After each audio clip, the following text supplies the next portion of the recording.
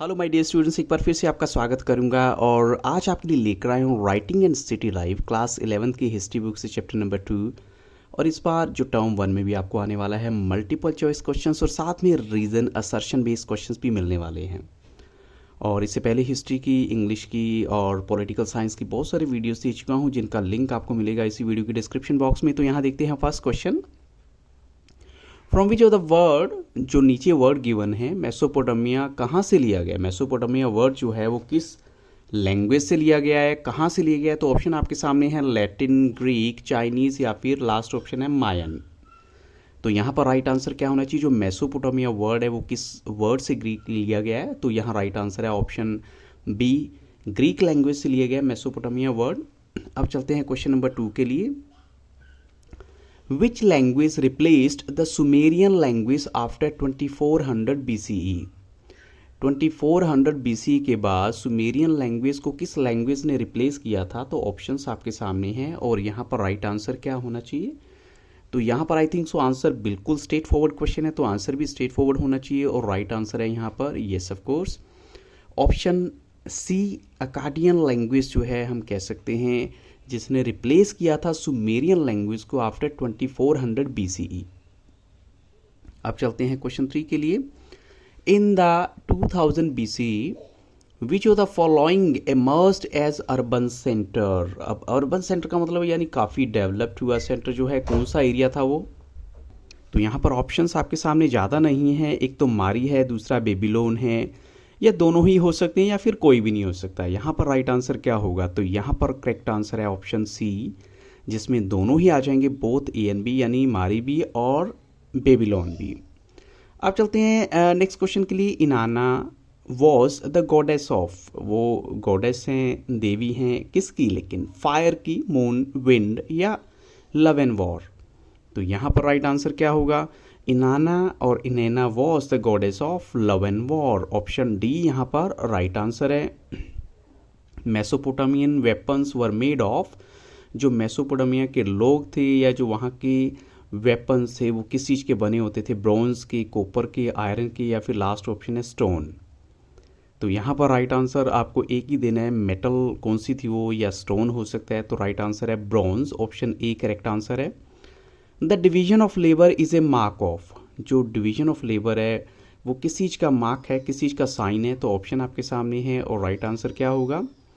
तो yes of course हम कहेंगे the division of labour is a mark of और is an indication of urban life. Option B यहाँ correct answer है। अब चलते हैं नेक्स्ट क्वेश्चन के लिए। The earliest temples in southern Mesopotamia were built in, जो सबसे पहले वाले मंदिर हैं सदर्न मेसोपोटामिया के अंदर वो कब बने होंगे। तो ऑप्शंस के बेसिस पे बताइए राइट आंसर क्या होना चाहिए। तो यहाँ पर जो करेक्ट आंसर है वो है सेंचुरी। देखो सेंचुरी पहले लगने का मतलब क्या आता है, अप्रॉक्सीमेटली। तो अप्रॉक्सीमेटली 5000 BCE जो है यहाँ पर करेक्ट आंसर है option B.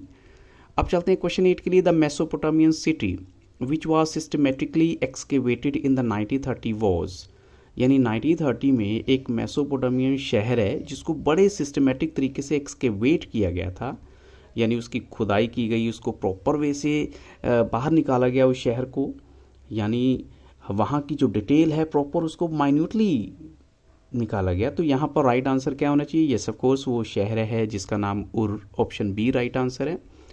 The Achaemenids of Iran conquered Babylon in, तो उन्होंने जो है बेबीलोन को कॉन्कर्ड मतलब जीता कब था। तो ऑप्शंस आपके सामने हैं और राइट आंसर क्या होगा। तो फिर से मैं कहूँगा स्ट्रेट फॉरवर्ड क्वेश्चन है, तो राइट आंसर है 539 BC में। अब चलते हैं नेक्स्ट क्वेश्चन के लिए। The technological landmark witnessed by the urban economy of the city of Uruk was, जो टेक्नोलॉजिकल लैंडमार्क आप कह सकते हैं इन द सिटी ऑफ, यानी जो urban economy of city of Uruk वो क्या हो सकता है। तो ऑप्शन आपके सामने है और राइट आंसर क्या होगा। तो येस ऑफ कोर्स वो टेक्नोलॉजिकल लैंडमार्क है potter's wheel, option D correct answer है। अब चलते हैं नेक्स्ट क्वेश्चन के लिए। Which one was the important centre of Mesopotamian civilisation, इनमें से सबसे इम्पोर्टेंट एक सेंटर है मेसोपोटामियन सिविलाइजेशन का और वो कौन सा है। तो येस ऑफ कोर्स यहाँ पर वो राइट आंसर है ऑप्शन यस, ऑप्शन ए हम कहेंगे। ये एक इम्पोर्टेंट सेंटर था मेसोपोटामियन सिविलाइजेशन का। The king who released Babylonia from Assyrian in 625 BCE was. तो यहाँ पर उस राजा का आपको नाम बताना है जिन्होंने बेबीलोनिया को फ्री करवाया था असाइरियन से 625 BC में। तो राजा कौन है? यस, वो है Nabopolassar. Option B right answer है। वॉर कैप्टिव्स और local people who were to put to work for temple और फॉर द रूलर, या मंदिर के लिए या राजा के लिए, जब उनको काम पर लगाया जाता था, जो प्रिजनर्स होते थे, कैदी होते थे, या लोकल लोग जो हैं, तो उनको क्या पे किया जाता था? तो ऑप्शंस आपके सामने हैं, कॉइन्स हैं या रेशंस है, खाने पीने की चीज़ें, कैटल जानवर है, या ब्रॉन्ज टूल्स। तो यहाँ पर राइट आंसर है उनको पे किया जाता था या उनको दिया जाता था ration. Option B correct answer है। The first written clay tablet in, जो फर्स्ट रिटन क्ले टैबलेट है वो कब आए आपके सामने? तो ऑप्शन आपके सामने है और राइट आंसर क्या होगा? Yes of course that is 3200 BCE, यानी 3200 BC। ऑप्शन सी यहाँ पर राइट आंसर है। The मेसोपोटामियम ruler who became the king of अकड़ इन 2370 BCE वॉज, ये कौन थे जो मेसोपोटामियम रूलर थे और राजा बने थे? तो ऑप्शन आपके सामने है और अब आपको उस राजा का नाम बताना है। तो वो राजा कौन है? वो राजा हैं सारगोन। ऑप्शन बी जो है राइट आंसर है। In dash part of Iran the first cities and writings emerged, पहली शहर और राइटिंग इमर्ज हुई थी ईरान के, यानी कौन सा पार्ट था वो? तो ऑप्शन आपके सामने है और वो पार्ट है, यस ऑफ कोर्स हम कहेंगे deserted part. Option A correct answer है। Agriculture of southern dash was the most productive. Southern, अब आपको बतानी है साउथ का, जो कौन सी वो साउथ ईरान है, मेसोपोटामिया, जहाँ की एग्रीकल्चर बहुत ज़्यादा प्रोडक्टिव थी, या फिर चाइना है? तो यहाँ राइट आंसर क्या है? Yes, agriculture of southern Mesopotamia. Option B यहाँ पर राइट आंसर है, वो काफ़ी ज़्यादा प्रोडक्टिव थी। When was the cuneiform script developed, अब ये जो स्क्रिप्ट है ये कब डेवलप हुई थी? तो ऑप्शन आपके सामने है और राइट आंसर क्या होगा? ये स्क्रिप्ट डेवलप हुई थी, यस, वो है 2600 BC में। ऑप्शन ए यहाँ पर राइट आंसर है। Archaeology in Mesopotamia began in which year, archaeology जो है यानी भवन निर्माण कला मेसोपोटामिया में किस ईयर में स्टार्ट हुई थी? तो यहाँ पर आप बताइए राइट आंसर क्या होना चाहिए? तो यहाँ पर राइट आंसर है yes of course that is option C 1840 में।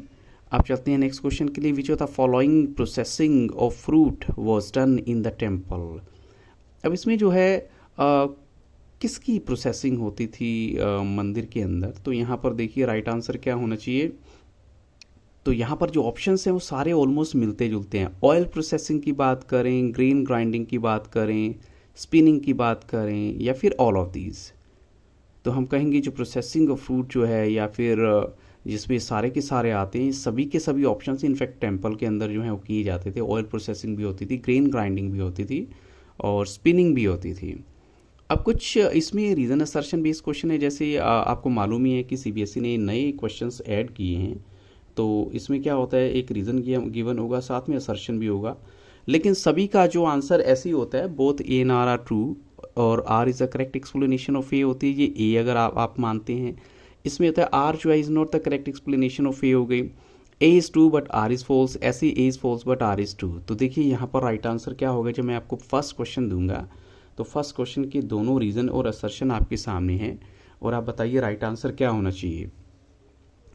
रीज़न और असर्शन। अब देखिए असर्शन है mobile herders were not necessarily a threat to the town life. Mobile herder मतलब जो एक जगह से दूसरी जगह मूव करते रहते हैं अपना हर्ड लेके, हर्ड होता है झुंड वगैरह जानवरों के लेकर, वो टाउन लाइफ के लिए कहीं से भी खतरा नहीं थे।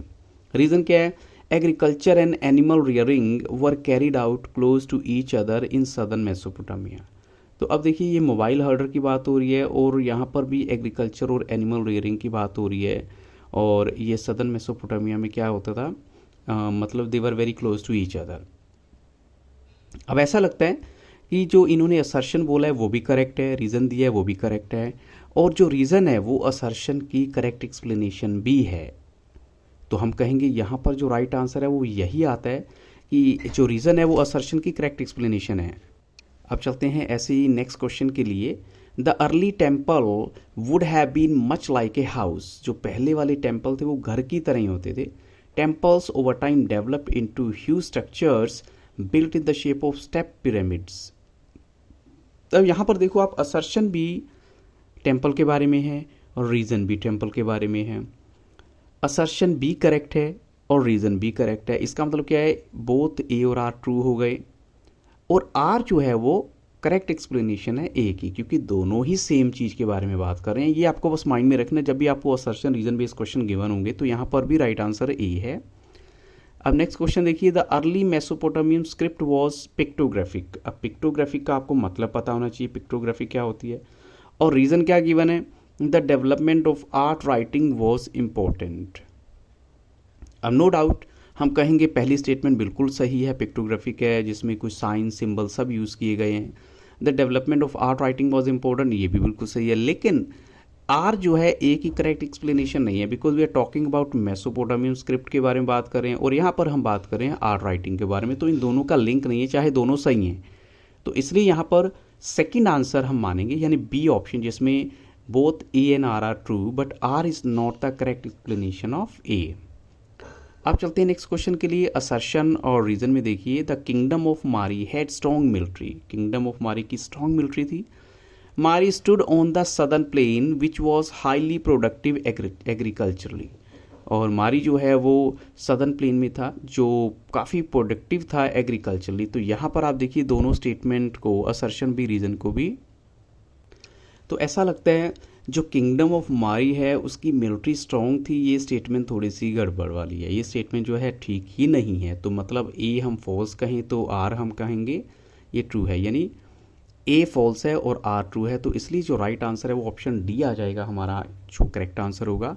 अब चलते हैं असर्शन और रीजन की नेक्स्ट क्वेश्चन की तरफ। The earliest temples in southern Mesopotamia were built in 4000 BC और these were built in 5000 BC। अब फिर से आप देखिए दोनों ही स्टेटमेंट अलग हो गई, ये कहते हैं 4000 BC में बने थे, ये कहते हैं 5000 BC में बने। तो अब क्या होना चाहिए, अगर हमने लास्ट में बोला कि आपका एक ऑप्शन भी करेक्ट हो सकता है, जैसे ये वाली स्टेटमेंट तो बिल्कुल सही है तो ये वाली स्टेटमेंट बिल्कुल गलत है, तो इसका मतलब हमें ऑप्शन सी यहाँ पर लेना होगा जिसमें A is true but R is false. तो इसलिए हमें कुछ और आंसर यहाँ देना ही नहीं है क्योंकि स्टेटमेंट गलत है। तो यहाँ पर राइट आंसर ऑप्शन सी है, जिसमें ऑलरेडी मैं आपको ऊपर हिंट दे दिया था, आप उसको एक बार फिर से देख सकते हैं कि A is true but R is false. तो ये कुछ इंपॉर्टेंट क्वेश्चन थे और इस सीरीज़ को मैं कंटिन्यू करूँगा, कल आपके लिए नेक्स्ट चैप्टर लेकर आऊँगा। आप मुझे अपना फीडबैक जरूर दीजिएगा, आपको क्वेश्चन कैसे लगे। अगर वीडियो अच्छी लगी हो तो लाइक शेयर और सब्सक्राइब करना मत भूलिएगा, लेकिन साथ में ये भी बोलूँगा वीडियो के डिस्क्रिप्शन बॉक्स को भी देखना मत भूलिए, वहाँ पर आपको और भी लिंक्स मिलेंगे। So thank you very much and have very nice day.